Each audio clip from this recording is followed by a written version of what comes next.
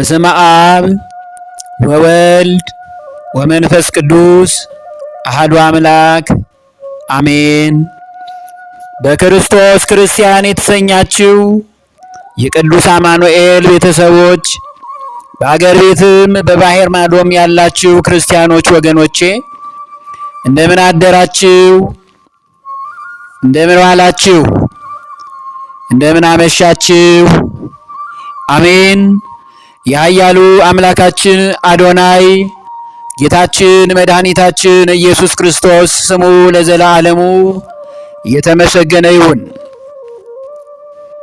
በነቢያትና በሐዋርያት መሠረት ላይ ታንጻችኋል በሚለው በሐዋርያው ቅዱስ ጳውሎስ ለኤፌሶን ሰዎች በላከው መልእክቱ ምዕራፍ 2 ቁጥር 20 ላይ በገለጠው ትምህርት መሠረት በማድረግ ከአምስቱ አዕማደ ምስጢር አምስተኛው ተርታ ላይ ያለውን የመጨረሻውን ምስጢረ ትንሣኤ ሙታን የዕለቱ ትምህርታችንን በማድረግ እንደ እግዚአብሔር ቅዱስ ፈቃድ አሁን እንጀምራለን። ጌታችን በዕለተ ዓርብ ለእኛ ለሰው ልጆች የሚከፈለውን ዋጋ ከፍሎ መጋቢት 27 ቀን ከቀኑ 6 ሰዓት ላይ በመጋቢት 27 ቀን ከቀኑ 6 ሰዓት ላይ አይሁዳውያን ሰቅለውት ከቀኑ 9 ሰዓት ሲሆን ነፍሱ ከሥጋው የተለየችበትና በተዋህደው ደካማ ሥጋ በመዋዕለ ሥጋዌው የሚበላ ፈልጎ እንደተራበ ደክሞት እንዳንቀላፋ በሰውነቱ በአልዓዛር ሞት ምክንያት እንዳለቀሰ ብዙ ተዘርዝሮ የማያልቅ ሕማምን ስቃይን ለእኛ ለሰው ልጆች ዋጋ በክቡር ደሙ ፍሳሽ ከፍሎልን በመጨረሻም የማይሞተው አምላክ የሚሞተውን ሥጋ ፍጹም በመዋሃዱ ምክንያት የማይሞተው ሞተ። ይህም በዕለተ ዓርብ ከቀኑ 9 ሰዓት ላይ ተፈጽሟል። ከዚህም በኋላ ከ9 ሰዓት እስከ 11 ሰዓት በክቡር መስቀሉ ላይ ከቆየ በኋላ ዮሴፍ አርማትያሱና ኒቆዲሞስ ቅዱስ ሥጋውን በክቡር መስቀሉ ላይ ከክቡር መስቀሉ ላይ አውርደው በአዲስ መቃብር ገንዘውት ሽቱ ቀብተው በጥልቅ ሐዘን ከምሽቱ የሰርክ ጸሎት በሚደረግበት 11 ሰዓት ላይ ማለት ነው ቀብረውታል። ይህም የሆነው በዕለተ ዓርብ ነው። ጌታችን መድኃኒታችን ኢየሱስ ክርስቶስ በክቡር መስቀሉ ላይ በዕለተ ዓርብ ተሰቅሎ ዕለቱን ከምሽቱ 11 ሰዓት ላይ ከተቀበረ በኋላ በማግስቱ የካህናት አለቆችና ፈሪሳውያን ወደ ጲላጦስ ተሰብስበው ስለ ትንሣኤው ያሉትን ከቅዱስ ወንጌል እንስማው። የማቴዎስ ወንጌል ምዕራፍ 27 ከቁጥር 62 እስከ 66 ላይ እንዲህ ይላል። በማግስቱም ከመዘጋጀት በኋላ በሚሆነው ቀን የካህናት አለቆችና ፈሪሳውያን ወደ ጲላጦስ ተሰበሰቡና ጌታ ሆይ ይህን አሳች በሕይወቱ ገና ሳለ ከ3 ቀን በኋላ እነሳለሁ እንዳለ ትዝ አለን አሉ። እንግዲህ ደቀ መዛሙርቱ መጥተው በሌሊት እንዳይሰርቁት ለሕዝቡም ከሙታን ተነሳ እንዳይሉ የኋለኛይቱ ስህተት ከፊተኛይቱ ይልቅ የከፋች ትሆናለችና መቃብሩ እስከ 3ኛው ቀን ድረስ እንዲጠበቅ እዘዝ አሉት። ጲላጦስም ጠባቆች አላችሁ፣ ሄዳችሁ እንዳወቃችሁ አስጠብቁ አላቸው። እነርሱም ሄደው ከጠባቆቹ ጋር ድንጋዩን አትመው መቃብሩን አስጠበቁ ነው የሚለው። የአይሁድ ክፋት ከፊተኛይቱ ስህተት ይልቅ የኋለኛይቱ ትብሳለች። በራሳቸው ላይ ነው የፈረዱት። ቀድመው ሰቀሉት፣ ገረፉት፣ አሰቃዩት፣ እስከ ሞት አደረሱት። እንደገና ሌላ ስህተት ይነሳል ብለው ሸፍጥ ሰሩበት። ይሄ ነው። የካህናት አለቆች ከሽማግሌዎች ጋር ተሰብስበው ተማከሩና ስለ ኢየሱስ ክርስቶስ ትንሣኤ ሸፍጥ በተሞላበት የሐሰት ትምህርታቸው መላውን አይሁድ አሰናከሏቸው። ምንድነው ያደረጉት? የማቴዎስ ወንጌል ምዕራፍ 28 ከቁጥር 11 እስከ 15 ላይ እንዲህ ይላል። ሲሄዱም ሳሉ እነሆ ከጠባቆች አንዳንድ ወደ ከተማ መጥተው የሆነውን ሁሉ ለካህናት አለቆች አወሩ። ከሽማግሌዎች ጋር ተሰብስበው ተማከሩና ለጭፍሮቹ ብዙ ገንዘብ ሰጥተዋቸው እኛ ተኝተን ሳለን ደቀ መዛሙርቱ በሌሊት መጥተው ሰረቁት በሉ። ይህም ከገዢው ዘንድ የተሰማ እንደሆነ እኛ እናስረዳዋለን፣ እናንተም ያለ ስጋት እንድትሆኑ እናደርጋለን አሏቸው። እነርሱም ገንዘቡን ተቀብለው እንዳስተማሯቸው አደረጉ። ይህም ነገር በአይሁድ ዘንድ እስከ ዛሬ ድረስ ሲወራ ይኖራል። ይህ ነው አይሁዳውያን በቀጣይ ትውልዱ ላይ የሰሩት ተግባር መራራ ነው። ክርስቶስን እስራኤል ዘሥጋ የተባሉት ዘነፍስ እንዳይሆኑ አደረጓቸው። የአይሁድ ካህናት ክፋት እስከ ጥግ ድረስ ነው። ይህንን ነው ዛሬም ድረስ የሚያወሩት አይሁዳውያን። ገና ከኛ ይወለዳል ክርስቶስ እንዲሉ አደረጓቸው።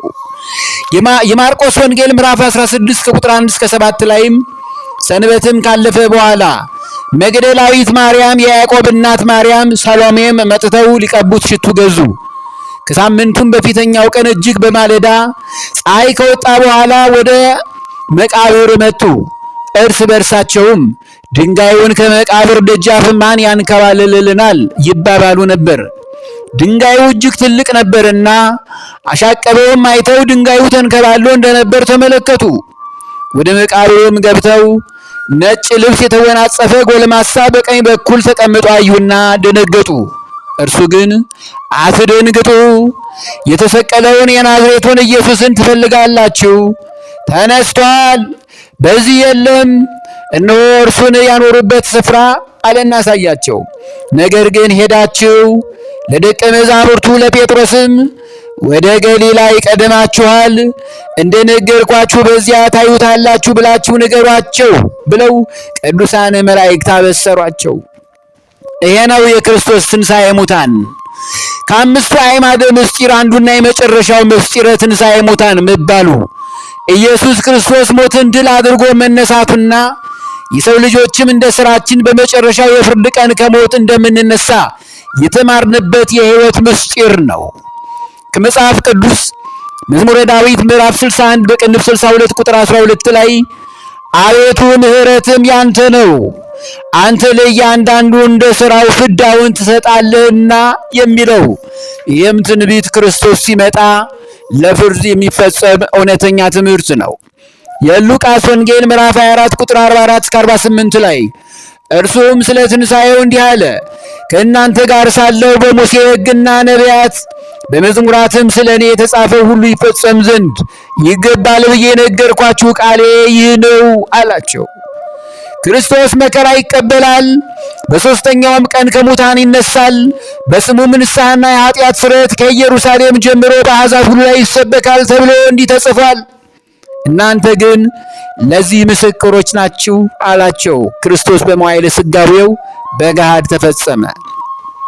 ጌታችን መድኃኒታችን ኢየሱስ ክርስቶስ በመዋዕለ ሥጋዌው የማርታና የማርያም ወንድም አልዓዛርን ከተቀበረ ከ4 ቀን በኋላ ከሞት እንዳስነሳው የዮሐንስ ወንጌል ምዕራፍ 11 ሙሉ ታሪኩ ይነግረናል። ይህንን ቅዱስ ወንጌል ቤታችሁ አረፍ ስትሉ አንብቡት። አልዓዛርን ከሞት እንዳስነሳው ዛሬም እኛን እግዚአብሔር ክርስቶስ ከሞት ያስነሳናል።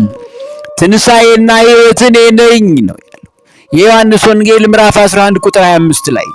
በዚህም መሰረት ዛሬም በሥጋ የሞቱ ሁሉ በመጨረሻው ሰዓት ላይ ጌታችን ዳግመኛ ለፍርድ ሲመጣ አልዓዛርን ከሞት እንዳስነሳው እኛንም እንዲሁ ተለውጠን እንደ ግብራችን እንነሳለን። ይህንን ነው ክርስቲያኖች ማወቅ ያለብን። ሐዋርያው ቅዱስ ጳውሎስ ይህንን እውነት እንዲገልጾታል። ወደ ሮሜ ሰዎች ምዕራፍ 6 ቁጥር 5 ላይ ሞቱንም በሚመስል ሞት ከእርሱ ጋር ከተባበርን ትንሣኤውን በሚመስል ትንሣኤ ደግሞ ከእርሱ ጋር እንተባበራለን ያለው።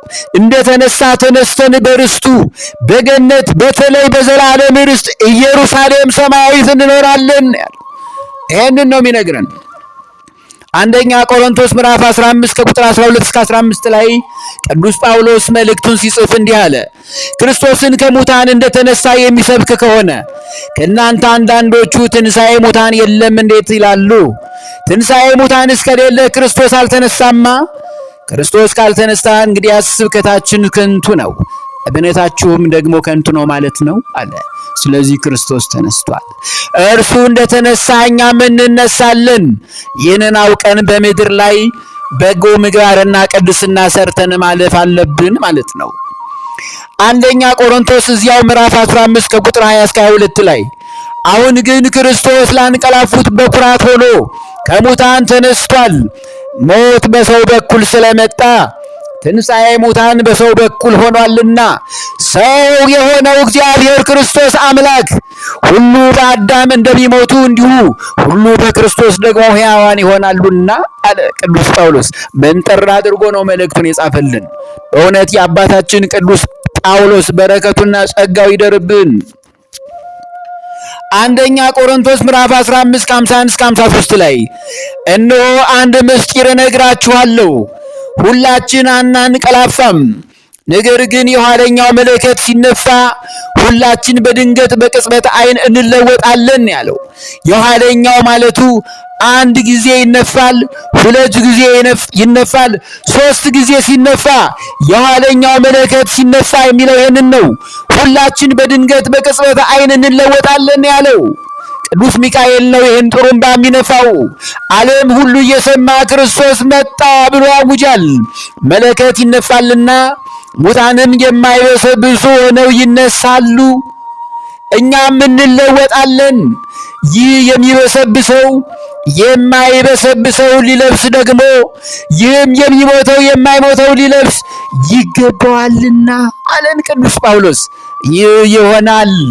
ይህን ክብር እንዲሰጠን በእግዚአብሔር ሕግና ፍቅር በእግዚአብሔር ሰላምና ደስታ በፍቅሩ ልንኖር ልንመላለስ ይገባል።